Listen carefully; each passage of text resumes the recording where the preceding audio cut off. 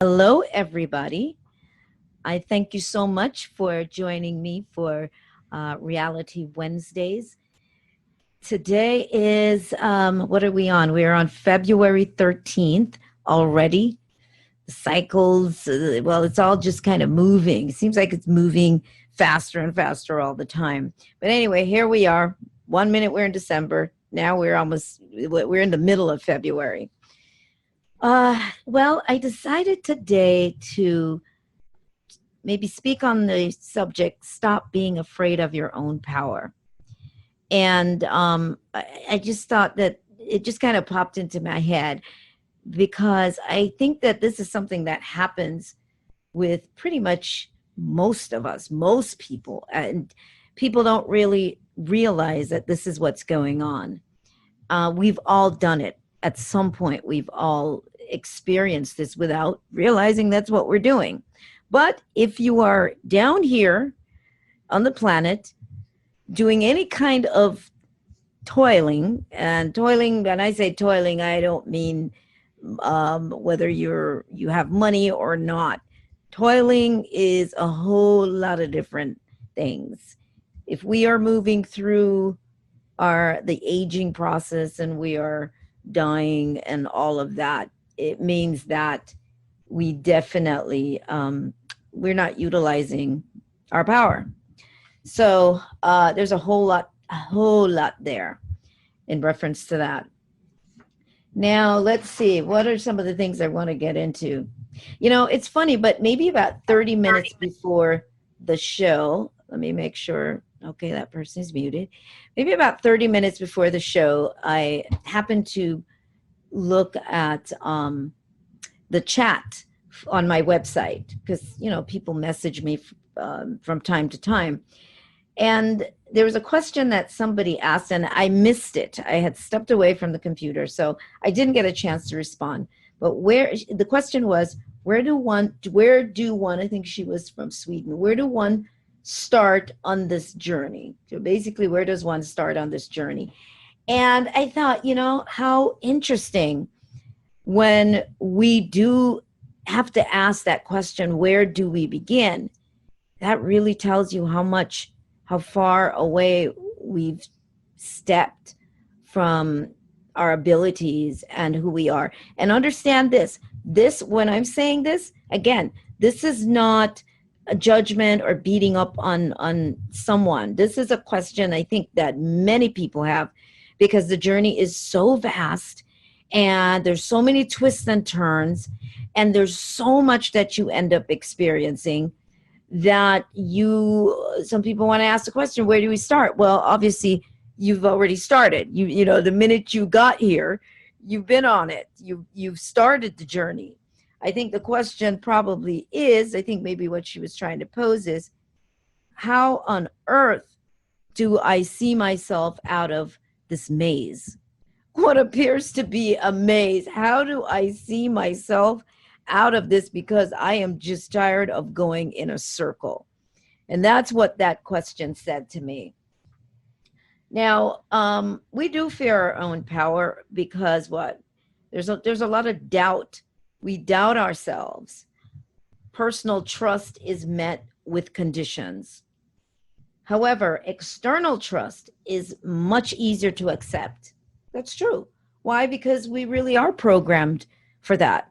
Look around. I mean, pretty much everything in our life, everything that runs the game particularly on the 3D level, reinforces the idea of disempowerment, or reinforces the idea of one being incapable, and it just goes on and on and on from generation to generation to generation. And so when one says, well, I feel empowered, the kind of power I'm talking about is, I'm talking about what would be looked at as superpowers. Tower. Okay, might be some on the little scale, because you got to start out on the small scale of seeing the little things, the little ways in which you are giving away your power, or you're not utilizing your power, or the fear of your power, or all the holes, the what should I say, holes where your power is escaping, all the energy drains. You have to be able to recognize that, to see that, in order to even step into a greater aspect of ourself and that power that we do have. All throughout history, we have seen this consistent reinforcement of separating people's minds from their own strength. This has been going on, I would say, forever, but obviously I can't say forever, because obviously there was a time when it wasn't happening, but it goes far back.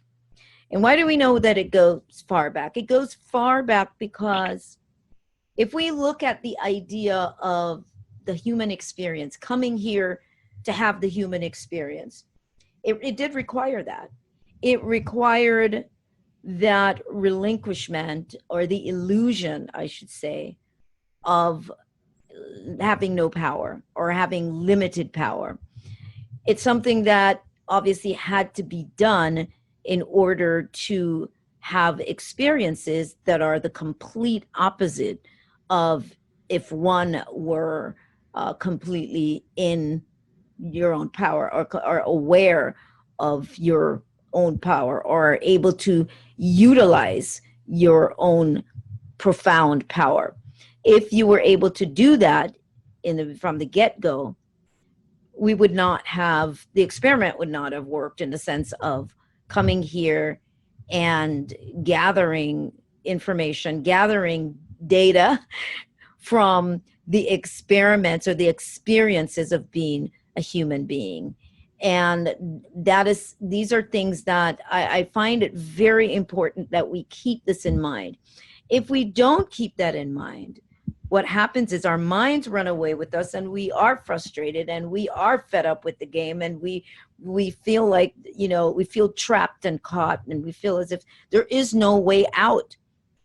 But how you bring yourself back is to remember this, not to bask in what you have. Some people will have you believe that what human beings have become, or what we've gone through, is a mistake, and we've gone too far as humans, and this wasn't supposed to happen, and that we're supposed to be experiencing just total bliss and love and peace.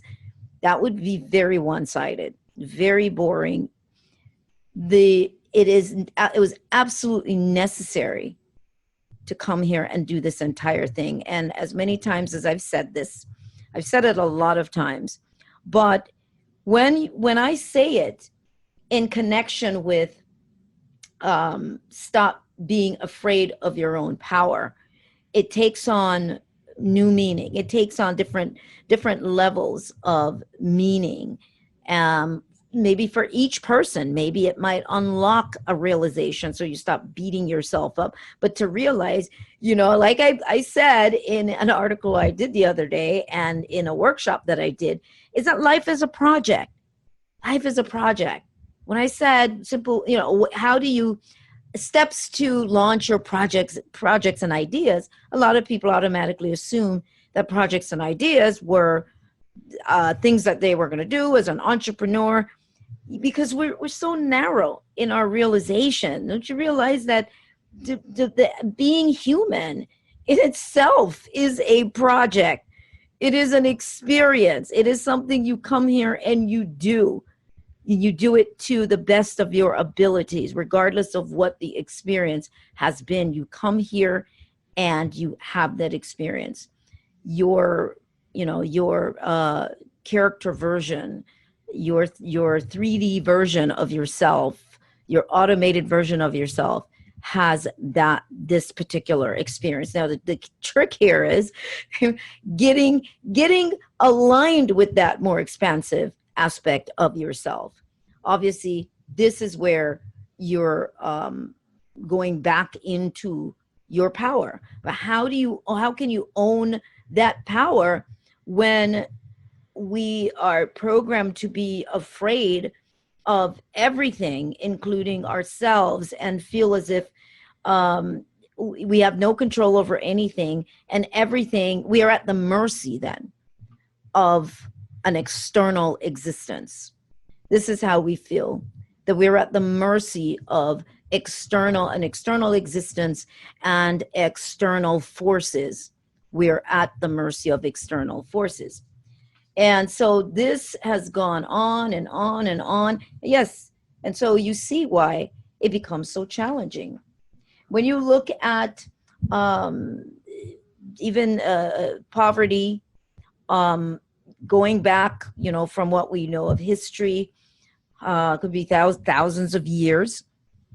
And we there's always a group that appears to be the wealthier, and then the majority are at the mercy of those that appear to be wealthy, or living the character of a wealthy character, and one in power, as we say, one in power, one ruling. This is what we mean when we keep talking about those in power.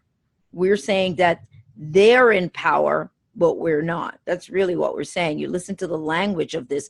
It is a very quiet way to disempower ourselves and to continue to support the idea of disempowerment. It's a way to continue to feed our brains, or reinforce this pattern in our brain, this blueprint in our brain of being less than, and of being a lack of power, because something and someone else has that power, but not you. Lack, of course, is the most powerful tool that sustains and reinforces our sense of being without power. Lack, in many ways, as I said before. So when we say lack, I'm not talking about just money, cash flow. I'm talking lack in a lot of different things. Lack is an incredible tool. It is such an incredible program because it's disempowering. But at the same time, on the flip side, there's two sides to every coin.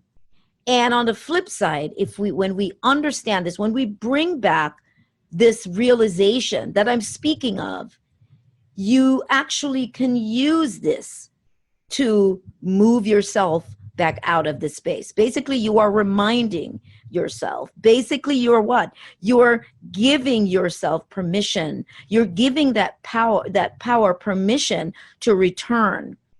And so you don't have to feel like you're under the thumb all the time of something else, and under this lack that you're constantly perhaps experiencing, but to realize, wait a second, this is just another opportunity. This is a tool. This is all illusion anyway.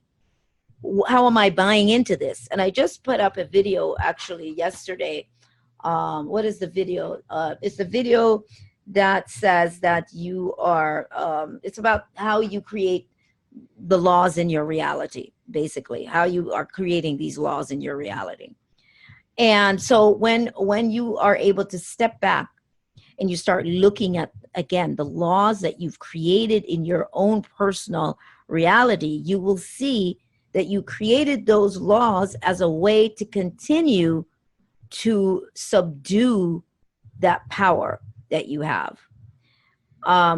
There's a fear, maybe not well with you. When I say you, I'm talking us human beings. There is a fear there, but part of the reason why that fear is so strongly in there, fear of our power, is simply because it has been reinforced for such a long time, of not allowing human beings to, I like to use the word unravel, to enter into their power, because the power is so magnificent. It is so great. It is so, it really can't be, the only person that can tame the use of that power truly is you. The only way that power has been tamed is through the rules and laws that have been created, not just by you, but by systems outside of us. And we are sort of basically just picking up from that process of these rules and laws by creating our own personal restrictions, rules and laws about our lives to restrict that power. And so over time, we have forgotten. And so, yes, so now we live a life where we are continuously aiming to get back at a more masterful expression and experience of who we are. But as we attempt to do that, we are hit with, and sometimes literally hit with, the distractions or the what appears to be obstacles thrown in our way, sideswiped all the time by these meteors that just seem to come and slam into our reality to remind us not to go ahead and touch our powers, but instead struggle and see that you are in lack as a human being, lack of power, and that this is your place. And so we spend time using old models, old resolutions, old ways, outdated ways to solve what appears to be a problem, which doesn't really exist. But in our diminished capacity, what we see are problems to be solved. And so we are like robots set on automatic to always solve the next problem.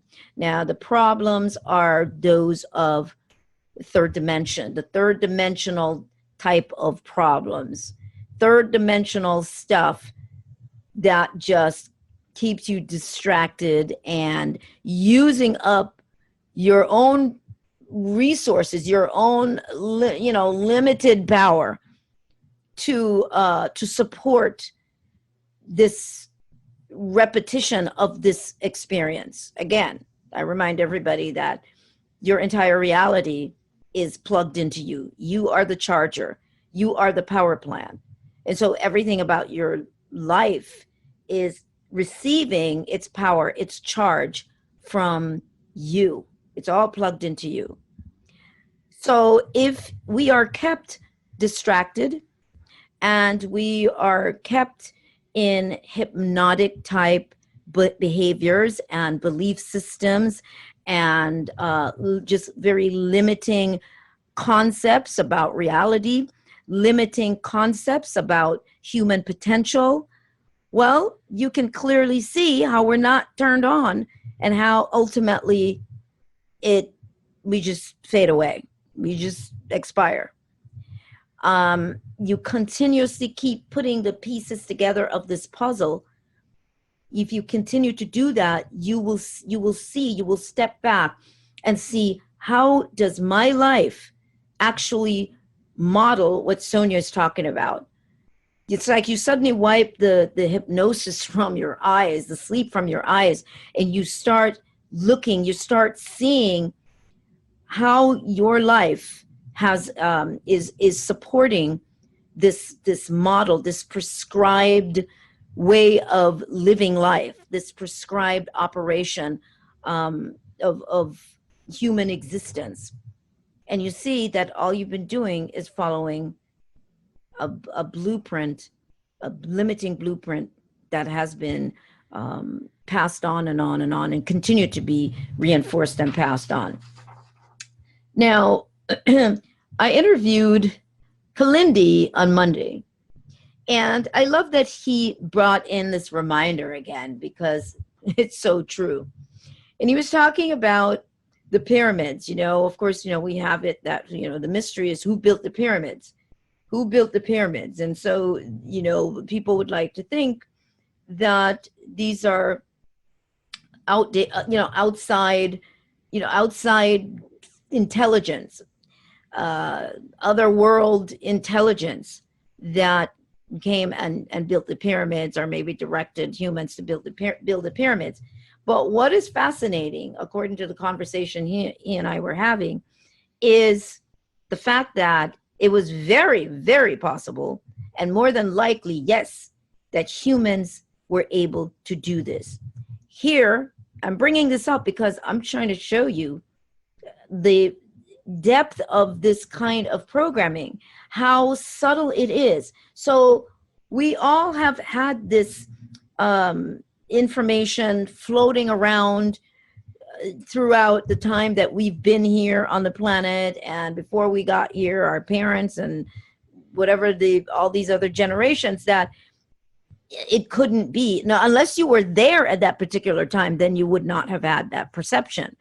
But everything has been done to really wipe away that possibility, or the belief that human beings perhaps may have operated in a more, what we would define as a more superhuman way.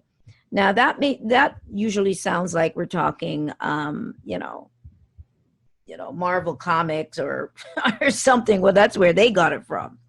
The writers, they didn't just come from out of their minds. They might have thought it did, but you trace history, it comes from somewhere, from real information. But to remove us from that kind of thinking so that we don't entertain those kinds of thoughts, that perhaps we are more than what we have been dumbed down to believe and to accept and to see.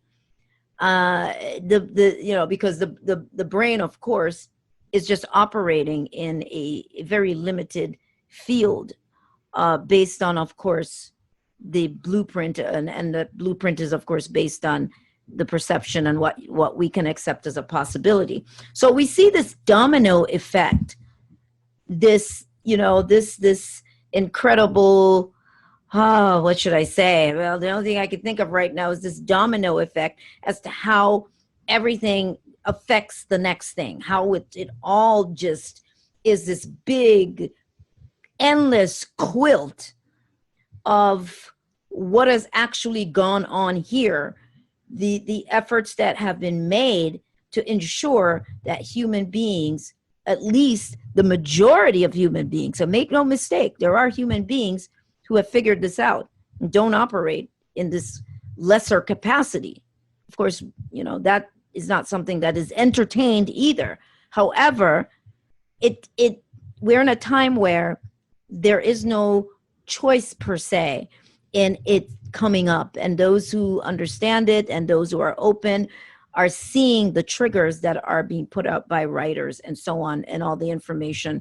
Lucy had a lot of science in there. Forget about the violence and the Hollywood aspect of it, but there was a tremendous amount of science in a lot of these films. They're doing research and stuff. They're going to our websites. They're going to different, yes, they've said that, to our books, to different things, and they're getting this information and they're putting it together. This is what is happening. So it's not just coming out of nowhere. And so the other thing here, so there's a pyramid, and there's what's not happening with the brain at this point. Well, it's being triggered right now, which is why we're all here discussing this, is because there's something definitely propelling us to move into greater levels of awareness.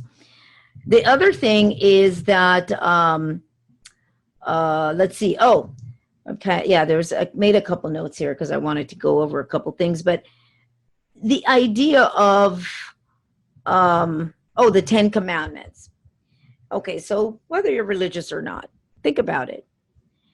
It's always something to curtail the human, something to get the human to be wrapped tight, to not operate at basically, well, I should say to operate at minimum power, at minimum capacity. It's like a lamp that has the lamps or the lights that you can dim.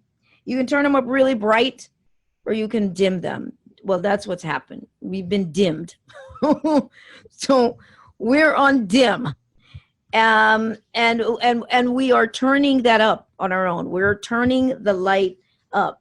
But the idea of the Ten Commandments, and if we check out history, it's not just the Ten Commandments. There's been lots and lots of all kinds of things that are leaving rules for human beings to ensure that we don't become unraveled. Now, we think it's just being unraveled so that human beings don't do crazy stuff, which they do anyway. So it doesn't really work.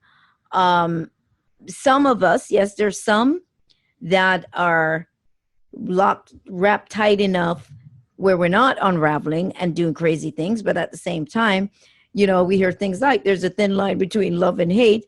And we also see that when people snap and do all kinds of things.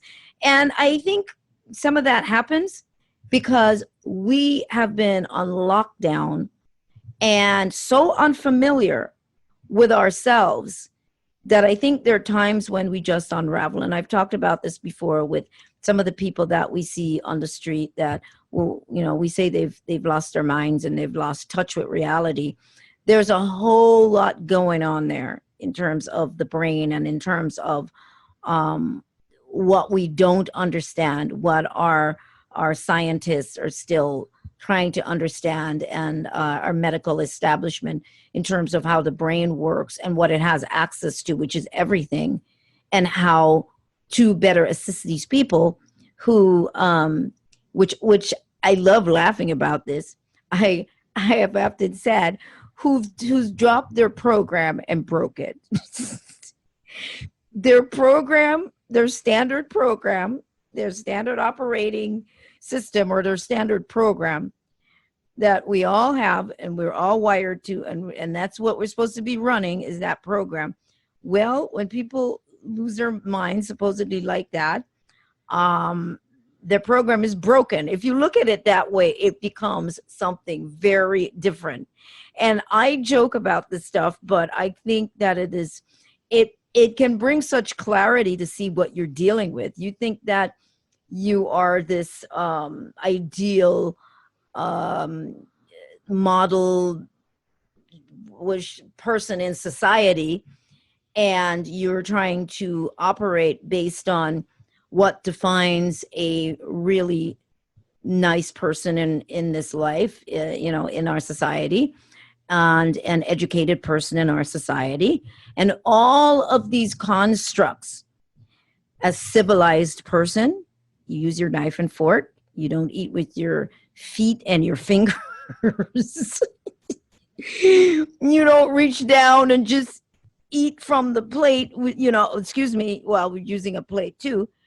And we wear clothes and shoes and all, all of these things, and you don't think about it. But it is certainly a way that we have, and I'm not saying there's anything right or wrong about it. It's just been part of what we've had to do. But I'm just trying to show how far removed, how distant we have become from who we are, from the expansiveness that we are, because we had to play this game. We had to play costume. We had to dress up, and we had to play these characters. We had to play these roles to know what that looks like. What is the emotional experience from this? How is this processed in these sensory systems? So much that we've had to do. But you want to look at everything that's been put in place to help to support the game. So now you start switching that. You start switching it, and you're not so mad at the system and the game players and the aliens and this. No, you stop, because you start stepping back and you start really remembering and realizing, okay, it's like, you got me. Now, that is how you start taking back your power. That's how you start taking back your power. The more you externalize on the they, is the more there's holes in your reality, and there's lots of energy being sucked out of there, like bad installation in the wintertime that runs up your gas bill. It's all the same thing. And I'm not saying that it doesn't get frustrating and it doesn't irritate the heck out of you on many days. I'm not saying that, but it helps when you start stepping away and you start seeing, whoa, where am I? What is this? And you start remembering. It makes such a huge difference. Now, the Bible verse here, because, every now and then I like just kind of going in and picking stuff out, because, it's the Bible is like this big comic book. It's this big clue book that's there to throw you off, not just the Bible, but all kinds of other books of that nature, to put in some information, some solid information, and then throw you off with a whole bunch of other stuff. And of course, in Genesis, what is it? 3 verse 22, then the Lord God said, behold, that man has become like one of us to know good and evil. Well, that little statement right there certainly helps to let you know what the plan was all along. Now, whoever that came from, bottom line of it is, I'm telling you, there's some fact in that statement. How do you know there's some fact in that statement? Look at the life that you live right now. What can we do? How many things? Let's see. Is there anything that we can do? Now we're getting better at telepathy. We're getting better at that because we're owning it. Telekinesis, teleportation, all kinds of stuff, all kinds of things, any and everything you're supposed to be able to do. Well, what this little verse here is basically saying, this wasn't really the thing for man to know, that man was equal to anything that is that which is, because that which is who we are. You can't be less than. You can't be less than. That which is us. Now, when we keep remembering that which is, meaning that which cannot be defined, that is the substance of all things that are and all things that aren't, you start realizing that means there has to be unlimited power there. And that power, the power that we are going to be able to utilize or can utilize, obviously will come in portions according to the level of awareness, consciousness that we're in. It's based on where we are in our understanding. The more that we begin to, I'd say, override, but become masters, return to that which we are, the more that begins to happen, that realization of that which we are, that's when the more of our abilities are there. They're there. They're always there. They've never gone anywhere. But it's all overpowered by the illusion of deficiency, of lack, of disempowerment, of the programs, of the outdated belief systems, just all of that. Our limited perception of reality, the limited beliefs that we cling to, the ideas that we have about what's not possible. Listen to all the limitations. Listen to all your limitations. And that's how we begin to really see how we are the wardens, and we have created the prison. the illusion of a prison for ourselves, and we hold the key. There's nobody out there doing anything. If it appears that anybody's doing anything to us, it's because they're simply complying with us and where we are in our understanding. And we will always land in a perception or perspective or a version of reality that is equal to what we can accept as a possibility. And so the environments that we become a part of, from the very neighbors that we have, to the company we work in, to the families that we're in, to the friends that we have, everything is complying with our laws, our wishes, our perception, our belief system. So what's the moral of this story? Is to step away and see and observe where you've placed your focus. Where's our focus? Because where you place your focus on who's doing what and what's not happening, that is what is being crystallized. And that is the law. Those are the laws that are being reinforced in one's reality. Let's see, is there anything else I'd like to cover here? I just made little notes. All right, so I'm gonna veer off a little bit. Somebody sent me, I thought this was a great question. Somebody sent me this question earlier, and it was question and observation as well. Question and observation. And he mentioned, okay, this question was asking me about this idea of ascension. Is it also based on an elevation in frequency? Okay, wait a minute. No. I'm jumping ahead. That's my response.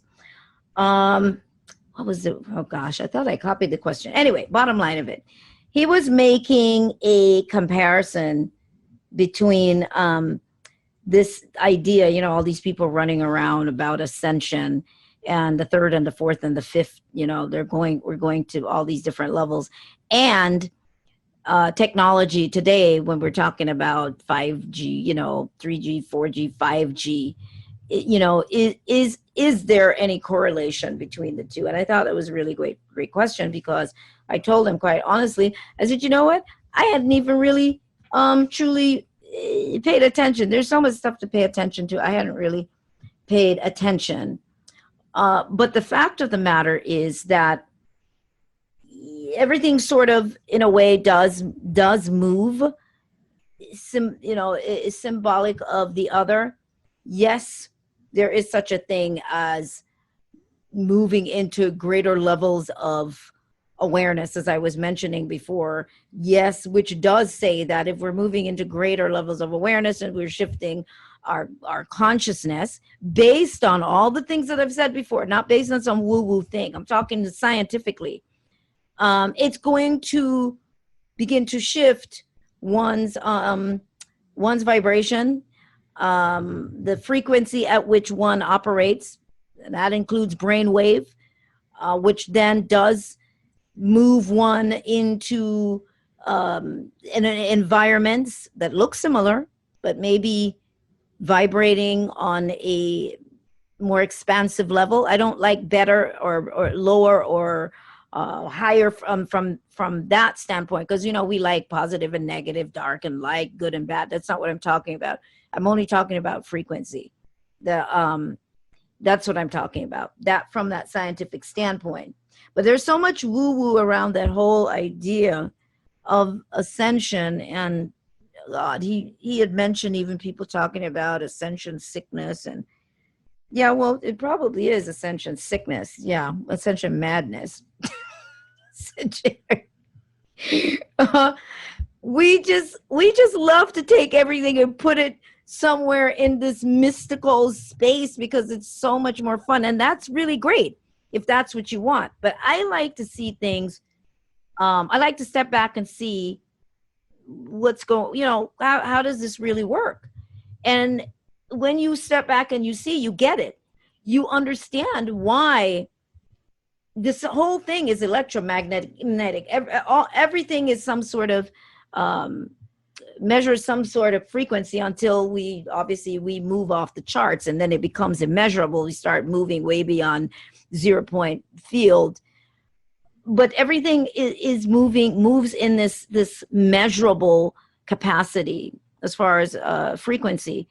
And that, of course, yes, that does mean that our awareness, the greater our awareness becomes, our realizations, our understanding, the more we step it up, is the more we change, is the more we step it up. And I'm not going to go into all of that today, but you hopefully you get the idea. And so when you look at this idea with our technology, sure, it's all frequency as well. So on one level, yes, those things are happening. Now we're moving into 5G. And the only reason why we can move into 5G is because, honestly, this is where we are. This is a symbology right now. I keep saying of where we are in terms of technology and what that means for human beings. Sure, we're moving it there, and there's a lot of fear as to, is it going to wipe us out? What's coming? No, it's not. No, it's not. Human beings will somehow, we'll always be here. Now, will everybody be here? Probably not, but that's the way it's always been. Human beings are very pliable. We adapt. These vehicles that we're in are plastic.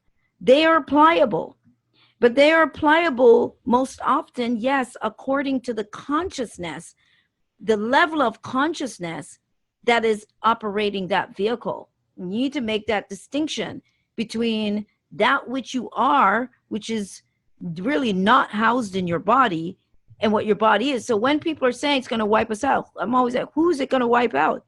Oh, you're talking about your body. But people don't think like that. They take the totality of who they are and make it their body. No. When we move back into the kind of power that I'm talking about, you start taking back your power. You just start overriding all of that. It becomes irrelevant. And even if you don't get it, there are human beings that don't understand this, but they come with genetics that will stand the test of time. That's why they came into some of the gene pool they come in, the parents that they have. It depends on, the weaker organs, weaker parts of people's bodies, trapped emotions, all that stuff is determining what happens with these bodies. It's real important that we realize that all the crap we hold on to, it's like gravity. It weighs us down. It more than anything else becomes the death, the expiration of someone. It's to their detriment. You can't let stuff go. You got people you're angry with, you're mad, you can't get past it. You're just holding on to stuff. And some of it is from this time, and some of it is generational, and so many of those things. But the awareness, the understanding, the realization makes a massive difference in where we go from here with these bodies, and realize that, no, this has to happen. And so does, the people who are out there, going off about 5G. Doesn't matter. You can go off all day. This is where we are with technology, and that 5G has been here.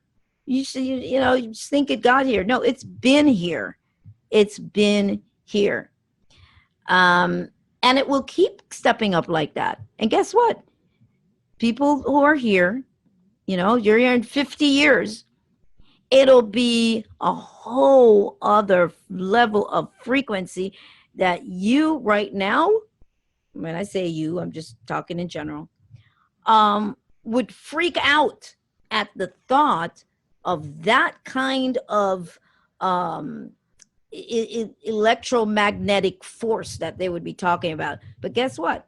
By then, human beings will have moved into a different space. We just keep doing that. It's just what we do. We adapt. We survive. This body is designed to survive. That's why it's self-contained. But it works best when the owner of the vehicle is in a greater state of an awareness, a greater understanding, you can do more. But this body is designed to survive. It's a like a what do you call, like an astronaut suit. It's designed to survive. And so this is why human beings continue to be here. And we even talked about that on Monday. You know, when you say, you know, everybody was wiped out, everybody is never wiped out off the planet. Where do they go? There's all kinds of pockets, and that's what the conversation was about. We were talking about those that went in the in the caves, and the darkness and the impact of that darkness on the brain, and between DMT and melanin, and the significance of darkness on the brain. There's so much science here. But anyway, so there's nothing to fear. Your focus should be on giving yourself permission to take back your power, and to know that you have the ability to use that power to propel yourself into greater levels of possibilities, and a more expansive playing field. This playing field, this minuscule version, this level one, I like to call it, version of reality, it's just that. It's just one level. This is not the end all. It's just one level that we're all addicted to, hanging out here, and that's all we can see, and we're tied to that. But there is more. There's so much more that we haven't even done yet. We haven't touched it. We haven't done. And that's what we need to realize. And then we won't spend so much energy, expel so much energy on those unlimited perceptions of reality, and the distractions that are thrown at us day in and day out. But to really understand and to hone in on who we are and our abilities, our ability to really launch ourselves into greater levels of possibilities. Let's see, anything else that I want to add here? Okay, yeah, you know what? As a matter of fact, I remember hearing. I don't really hear it anymore because I don't really have anybody around me like that. But I remember hearing from people years back, particularly in the 90s, that they New Age, a lot of people in that movement, that they abuse their power in another life. And so, you know, in this life, they're afraid to use their power. They're afraid to, because and so here we have a lot of guilt energy. You know, some people are walking around with this, and it becomes sort of this badge of honor in a way to, you know, for some of this stuff. And somebody might say, well, why would I make that a badge of honor? But we're just very weird. Human beings are just bizarre species. And it's interesting, the things that we hold that make us feel really good. Well, what I say is, even if that were the case, you might want to just shake it off now. You know, it's like, I guess it's time. You just shake it off and go, wait a second. Okay, well, this is now, and I'm ready to do something else in the game. I'm ready to see what I can do. I'm ready to fly. We fly in our dreams and all of that. So much that happens in that state. What else can we do? There's so much we can do, and we're doing this. So much that we're already doing, but we don't really see it. We don't really see it. We only seem to remember and capture the moments, where the consciousness is focused in that moment. And so that becomes for us a singular reality. It makes us feel that we're having a singular experience, and we're not. Once we can bring ourselves back into that full power, start owning more of who we are, we will see the diverse realities that we are operating in, that we're operating in so many different levels, a whole bunch of different channels at the same time. We're tuning into all kinds of channels at the same time. But this reality here, this version, because I can't think of another word right now, we have to conquer this one. When I say conquer it, I mean we have to master it. When I say master, I don't mean dominate. I mean that we have to evolve away from the illusion. It's like being afraid of our own shadow. And that's basically what it's been for us, is being afraid of our own shadow, something that we created ourselves. We end up being afraid of it, and we have to be able to step back and see that, look at that, and begin to give permission to make those changes. Let's see. I think, I feel like I covered quite a bit. I think so. Sometimes, again, most of you that listen, I don't always know. I have an idea as to what we're going to talk about, but I feel like a lot came out this evening that just sort of showed up. I'm looking at the paper while I'm talking to you, but okay. Yeah, I feel like I've covered some things. So I'm going to open it up for questions or statements, but I'm going to look real quickly at the chat to see if there's anybody in the chat who maybe have said something, but it can't, their mic doesn't work. Oh, okay. Who's this? Oh, Pablo. Yeah, I see what you're saying. I don't think researchers can accept that perhaps it was humans that did the pyramids. Yeah, you're absolutely right. They can't because they can't imagine what human beings could be other than the perception or what is perceived right now. Yeah. Let's see. As I observe our reality, it appears manipulated to keep a constant cycle of learning to a point. Then, by disrupting the knowledge base or experience, we start over and forget distant past. Yeah, as I said, yes, absolutely. But it's all being done. What do they say? Oh, it's all in good fun. It's the game. All right, so I'm going to open it up for some questions or anything that anybody wants to share. The floor is yours.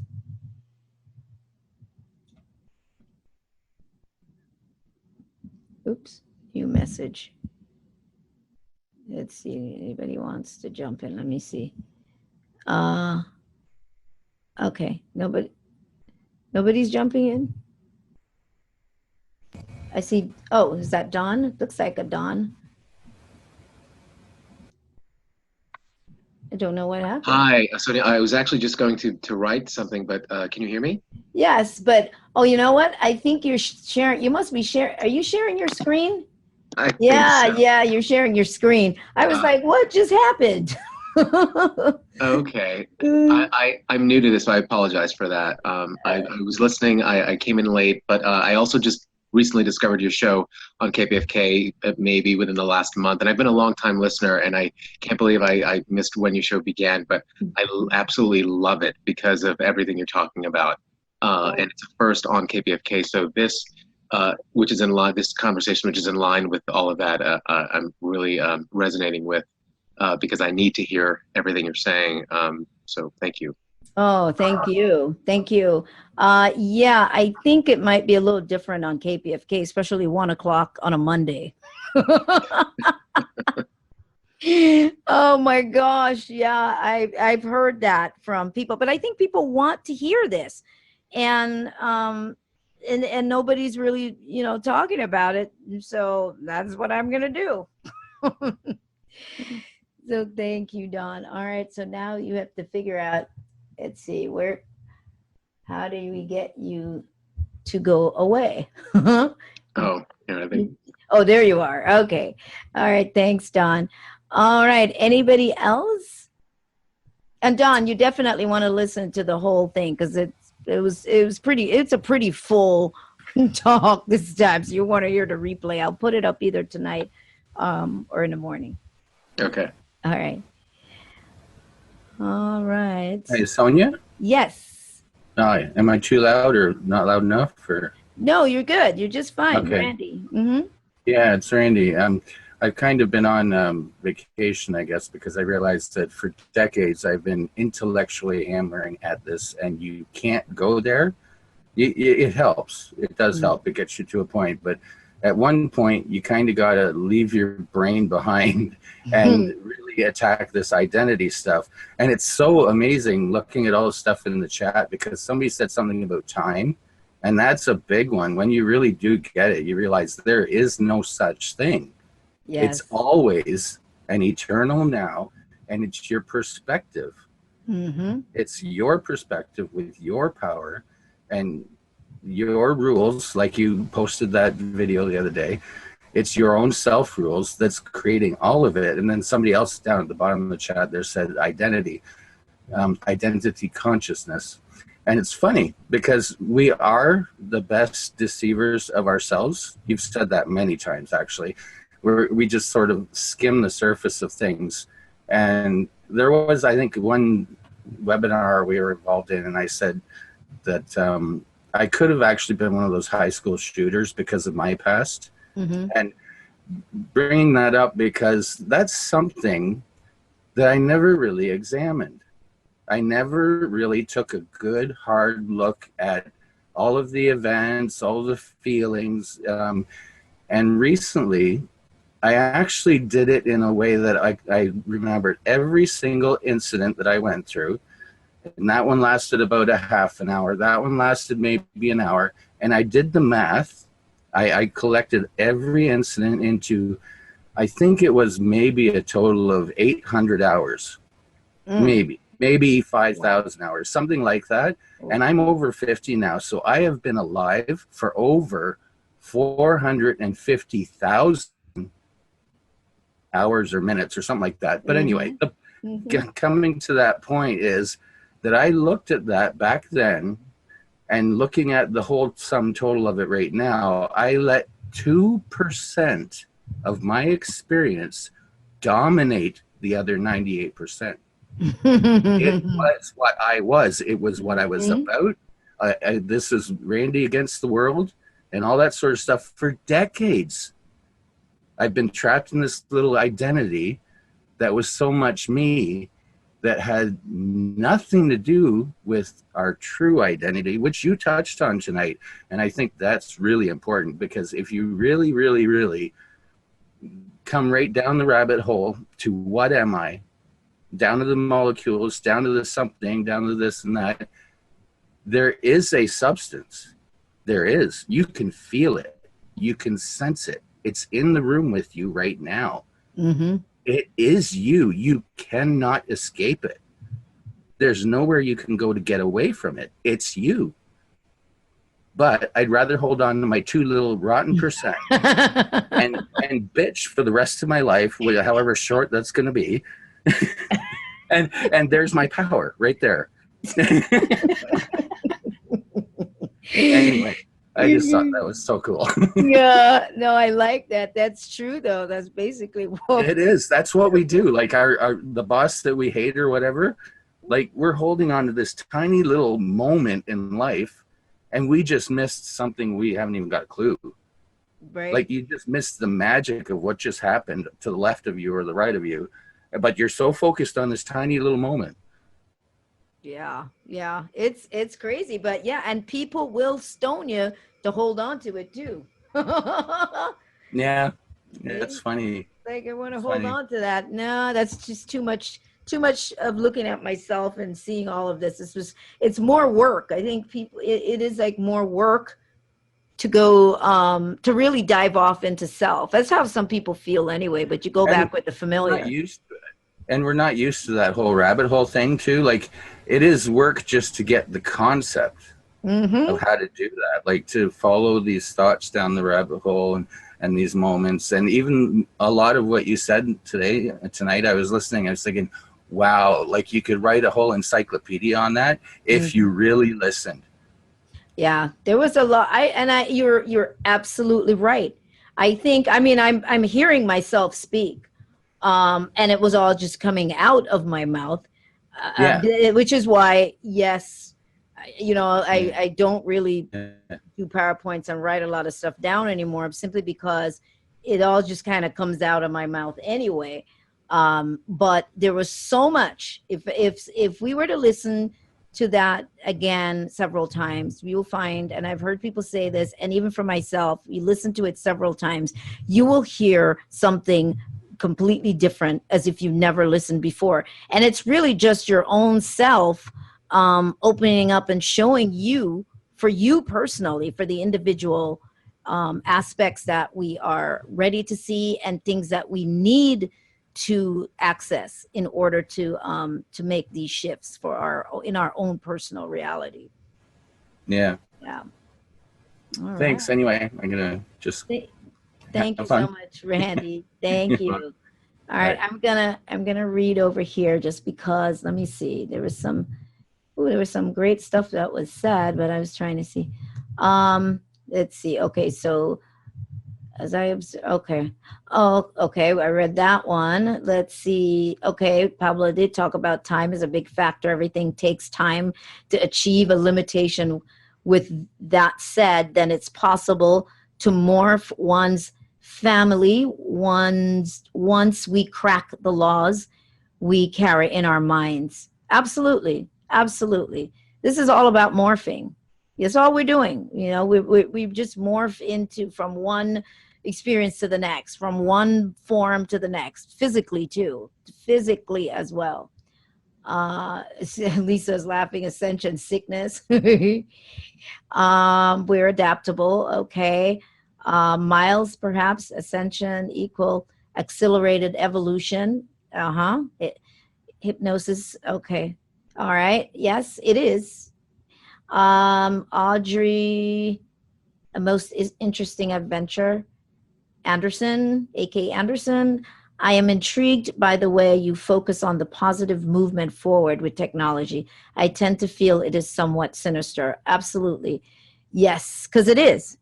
It's sinister, and it has to be what it is, because that is what's propelling us forward. That's why I've often said, technology, when we really step back and we really see, guess what? It's all pushing the human being to move into greater levels of possibility of what they are. Everything is propulsion. It's momentum.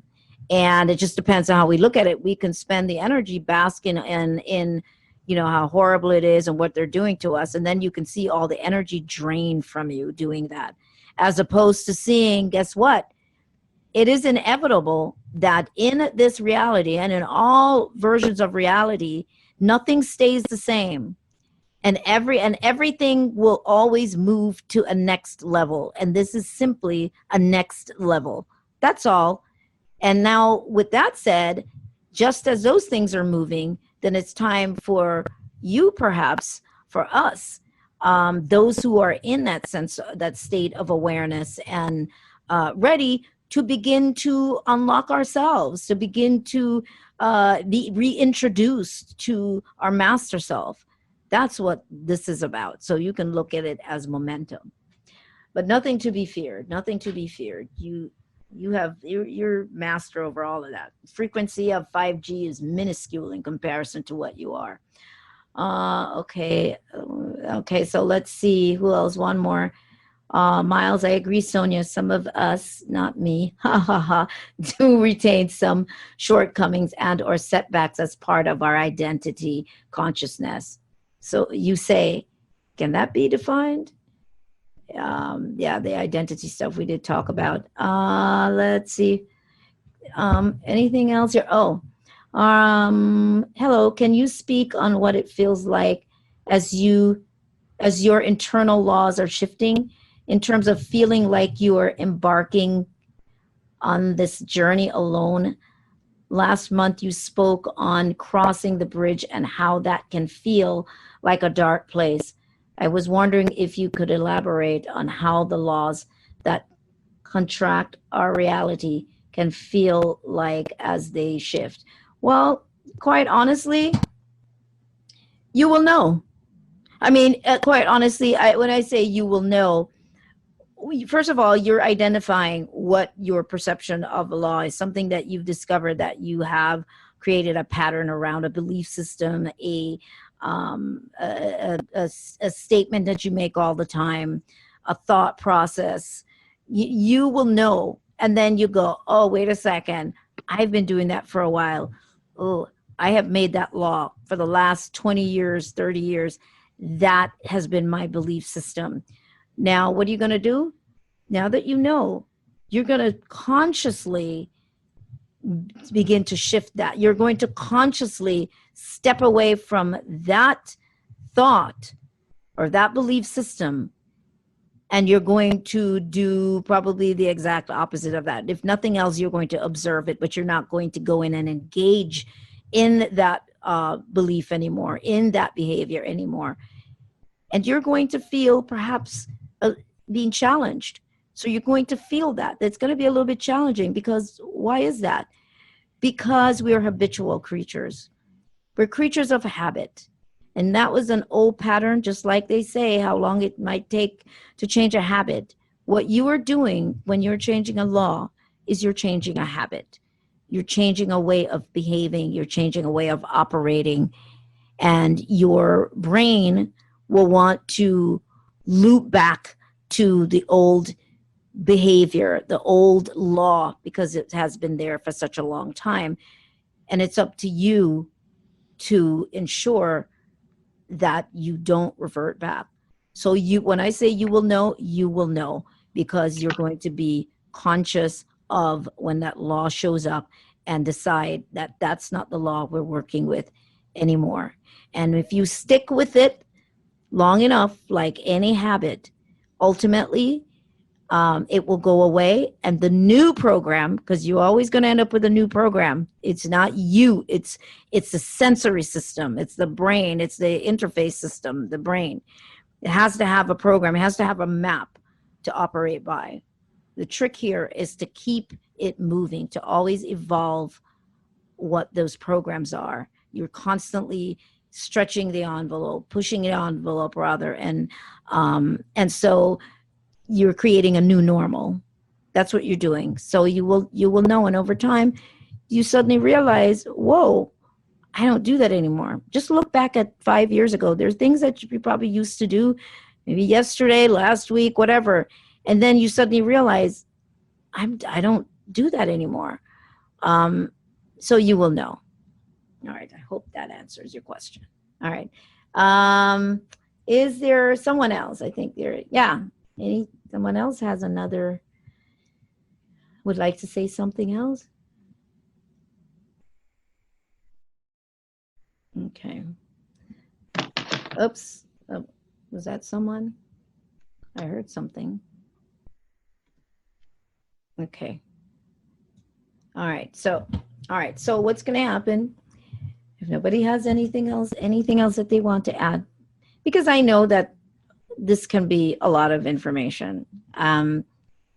Randy and some of the other people who do the workshops, yeah, if you're new at it, yeah, it can be interesting, but they're used to the fact that, yes, we kind of go away and then it all kind of unfolds. And just don't think of anything as a lot to bite off. Just know that you're here, and that information, whatever the information was, as it came through to your ears, it was meant to be, and it will all unfold in the way that it needs to for you. Let me see, is anything? Thanks, this is so helpful. Okay, you're welcome, Deb. Thank you, Sonia. Appreciate it, Teresa. If it brings more awareness. Very good. All right. Yes. Actually, Sonia, can you still hear me? Sure. I do have a question. This is Don again. Hey, Don. Hey. So my question, I guess, it would be about personality and about the real me and all of that. My thing has been that my stuck place, I've been trying to heal past baggage and work through the stuck place that I feel like I've been in for about a decade now. And trying to let go of the stories that aren't serving me, the stories that say that I wrecked my career, that I that because of my baggage, I had dysfunctional relationships, and that I'm in a place where all the things that I've been trying, whether it be whether books that I've been reading, workshops that I've been going to, programs that I'm listening to, that either I'm not committing completely to those things, but then I feel like I'm confused in some sense, because I'm trying to get to a place where I accept all of me and not label it the good parts or the bad parts, but just to accept myself, and at the same time to get past what I feel is my ego, which is my personality. And so I was going to ask you, is there a balance to something to that, to being able to sort of accept myself, but at the same time know that but how to get past the ego, past the personality that I've also then accepted without judging, but then at the same time trying to find a way to get past that? That makes sense, while accepting things like that. Yeah. I think I hear what you're saying. It's the character. Obviously, that's where the identity comes in. The character that you see as Dawn. That's who's having all of these issues. That's the first thing to realize. The character of Dawn.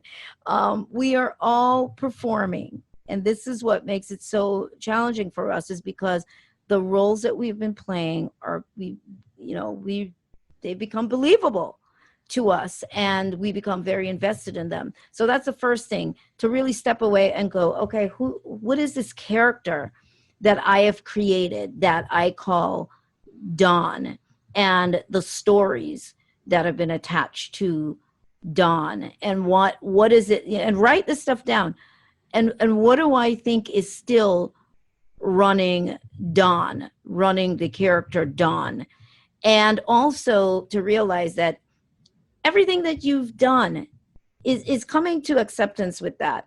Like all the workshops you've taken, all the books you've read, your career, everything is just ownership without judgment of any of it. Whatever it's been, it needed to be that, because that is where you were. Those were the conditions. You created some conditions around or some laws that would determine the kind of environment you would experience and the people that you would connect with.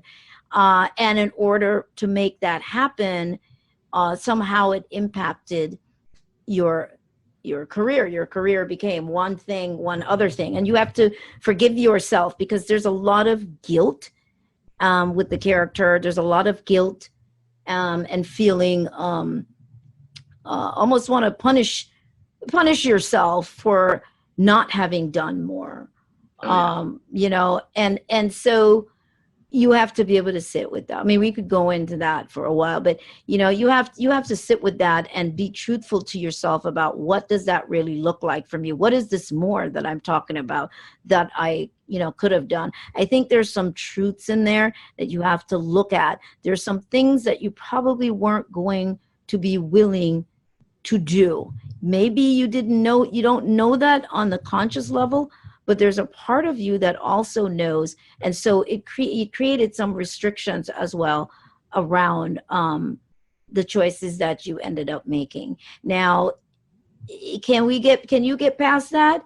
Yes, you have to make yourself know that, you know what? I am totally all good. That you're not vulnerable to anything. Like, you're not vulnerable. And that is something I think that's so important to all of us, is to be able to get that character self, that automated self, to recognize that it's okay. We are not vulnerable, because that's your survival part. And it does everything to protect itself, to survive, to be safe. And so that's where being able to forgive yourself and to just step back and go, I'm good. I'm safe. And I am open to moving forward and making things happen. I'm saying that in that manner. There's more to it than that, but ultimately in the end, it's the permission that you have to give yourself without doubt but it comes from a deep awareness that nothing right or wrong happened in your life. Everything just was what it was when it was that. And here I am. Does that make sense? Yeah, that does. Can I ask a part B real quick? Sure.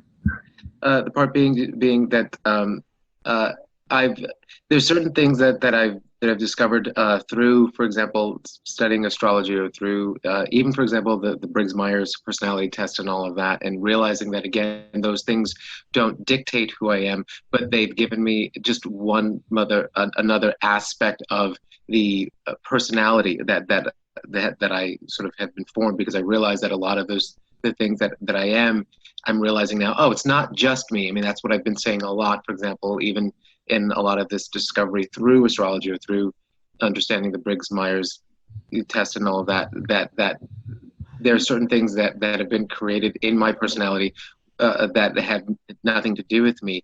But at the same time, You're talking character types. It's like character types. Correct.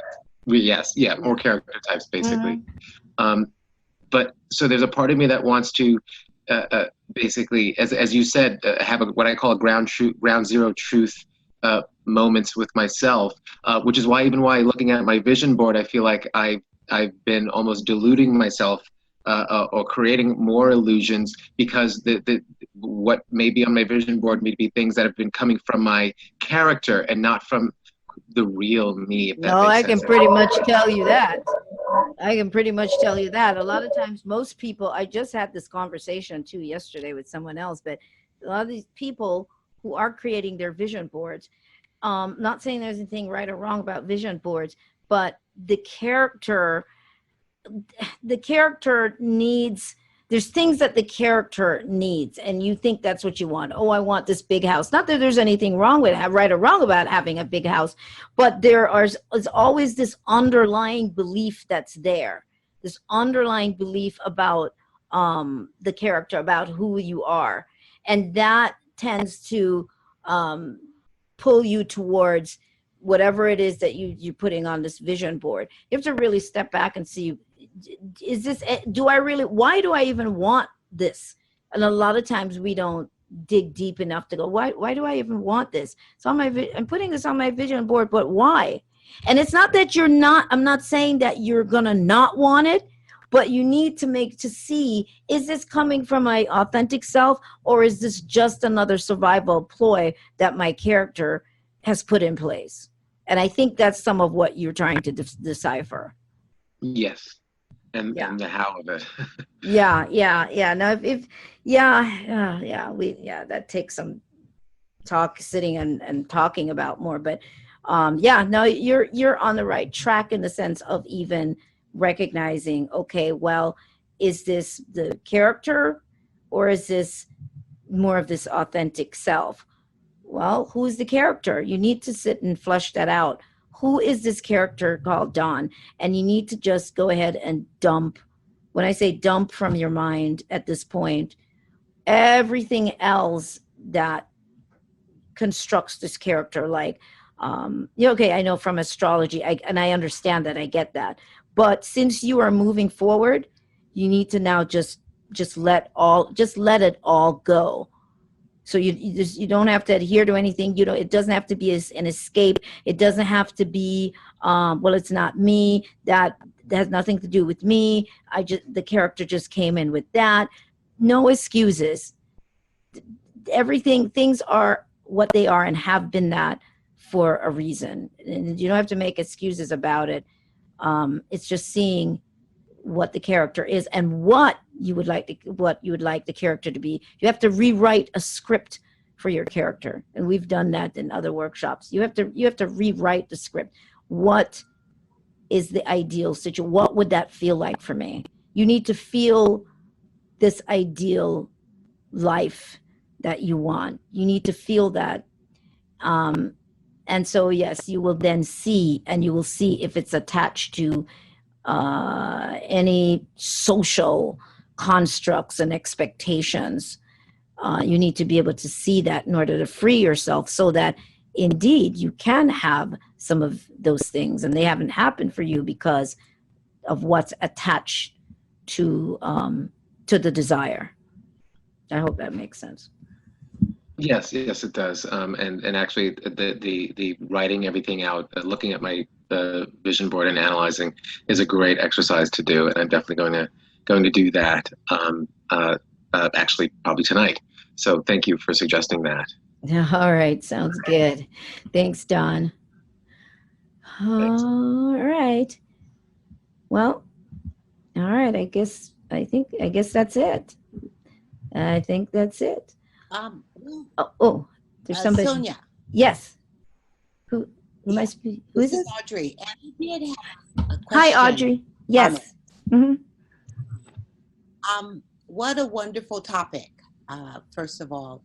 But I was going to say that in terms of taking your power back and owning your reality and all of that, in the past 5 years, 3 of my family members have passed. And decades ago, I decided that I just wasn't going to go to funerals. I just wasn't going to. Mm-hmm. So I haven't. Mm-hmm. And what I'm seeing is my family, they're so insulted Right. by my not wanting to participate. Mm-hmm. That whole idea, I want other ideas that I want to hold. Right. And a part of me sometimes thinks, you're just being rude because you could do this. You could go forward. And I think you have to just, I honestly, I think that you have to play, oh, somebody's sharing their screen again. You just have to play things out as, as they are, as you feel them at this point. I don't think you should force anything. I certainly have done, did I accidentally do that? Can you, that's weird. Can you see my screen? nothing changed on my screen. That's so bizarre. Okay. 1 second. I'm sorry. I don't know what happened there. Okay. I did not, when my mom passed, I did not go to the funeral. I was there at the house. I stayed back and, fixed up and all of that. This is many, many years ago, like, I don't know, 30 something years ago. And yes, I have done that at various times over the years. I just didn't go. It didn't matter. Yeah, there were people that thought, but no, for me, I wanted to remember her the way I wanted to remember her. I didn't want to go. So I think you have to be okay with it. Yes. And I think that's just the bottom line with all of us now. We just have to be okay with the choices that we make, and be okay with the reaction, the response from people. That's all. That's kind of basically what I do. It's like I'm not going to be worried about what how that person feels or how they perceive me. I didn't want to go. And then so. Well, I would just say that through these kinds of experiences and hearing you talk about this topic or these topics, what I'm finding is that I always thought you were supposed to plan it out and you were supposed to know. But what I'm really finding is that it's a now feeling. What does it feel like now? Mm-hmm. And when I'm in the place where I can honor what I'm feeling now and not try to read their minds or not try to interpret, although when they tell me with their words, I pretty much know what is happening.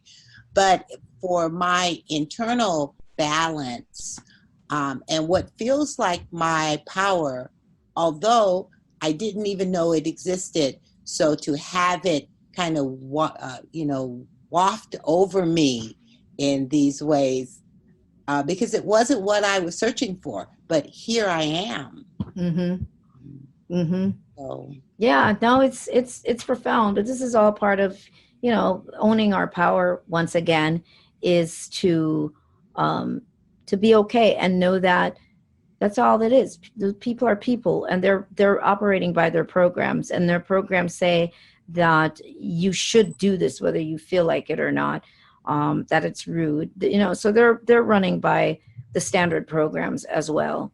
And you understand it. It's like you understand how they feel, but this is how I feel.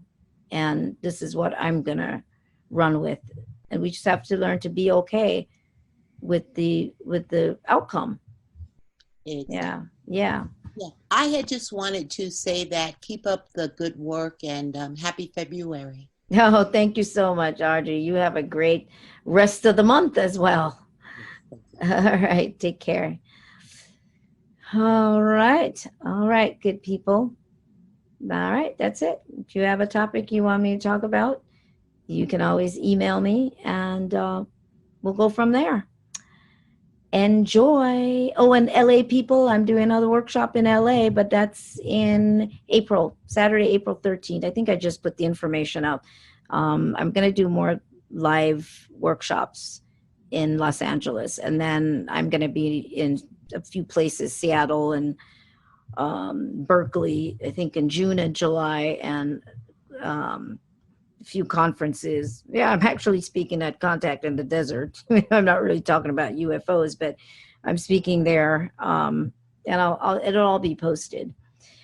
All right, take care. Have a great evening, everyone, and thank you so much.